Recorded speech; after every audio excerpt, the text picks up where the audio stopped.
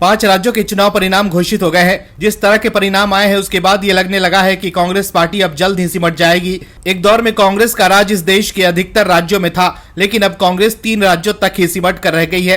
5 राज्यों में हुए चुनाव में कांग्रेस ने सिर्फ तेलंगाना में जीत हासिल की है, लेकिन तेलंगाना में जीत के बाद भी कांग्रेस को चैन नहीं है, क्योंकि कांग्रेस के लिए तेलंगाना से जो खबर आई है वो काफी हैरान करने वाली है। तेलंगाना में कांग्रेस के साथ वो हुआ है जिसका डर था। कांग्रेस के नेता आपसी गुटबाजी के ऐसे शिकार है कि पार्टी सत्ता में आती नहीं है कि पार्टी के राज्य इकाई में गुत्थम गुत्था शुरू हो जाती है। 3 राज्यों में हार का मुंह देखने के बाद कांग्रेस ने जो इकलौता राज्य तेलंगाना जीता है, वहां पर लड़ाई चरम पर है। क्या है खबर और कैसे तेलंगाना में जीत के बाद भी कांग्रेस की उड़ गई है नींद, बताते हैं आपको इस रिपोर्ट में।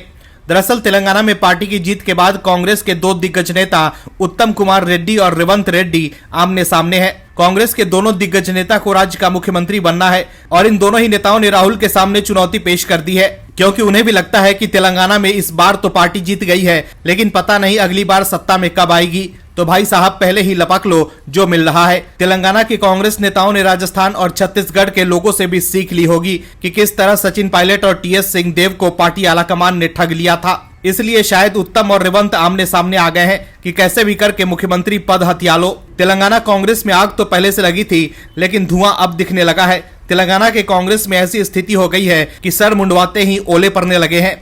जो हाल तेलंगाना में कांग्रेस का हो रहा है, वही हाल कांग्रेस का राजस्थान में भी था। सचिन पायलट ने राजस्थान में जितनी मेहनत की थी, लेकिन जब फल देने की बारी आई तो कांग्रेस ने मुख्यमंत्री का पद प्रसाद के रूप में अशोक गहलोत को दे दिया था और मेहनत करने वाले सचिन पायलट मुंह देखते रह गए थे। वहीं मध्य प्रदेश में भी 2018 के विधानसभा चुनाव में मेहनत ज्योतिरादित्य सिंधिया ने की थी, लेकिन चुनाव के बाद कांग्रेस ने सीएम कमलनाथ को बना दिया था। हालांकि बाद में सिंधिया ने कांग्रेस से बदला लेकर अपना हिसाब बराबर कर लिया और कमलनाथ को सीएम पद से हाथ धोना पड़ा। लेकिन अब तेलंगाना में भी ऐसा ही हो रहा है, क्योंकि रेवंत रेड्डी के नेतृत्व में चुनाव लड़ा गया, लेकिन जैसे ही तेलंगाना में कांग्रेस को जीत मिली तो उत्तम कुमार रेड्डी अचानक एक्टिव हो गए हैं। तो दूसरी तरफ रेवंत रेड्डी के कान भी अचानक खड़े हो गए हैं कि मेहनत किए हम और कहीं उत्तम फल उत्तम को न मिल जाए। अब देखना होगा कि कांग्रेस तेलंगाना में सीएम किसे बनाती है, लेकिन इन दोनों नेताओं में से जिसे सीएम पद नहीं मिला वो और कांग्रेस का खेल भी खराब कर सकते हैं। ऐसे में तेलंगाना में जीत के बाद कांग्रेस की चिंता और बढ़ गई होगी।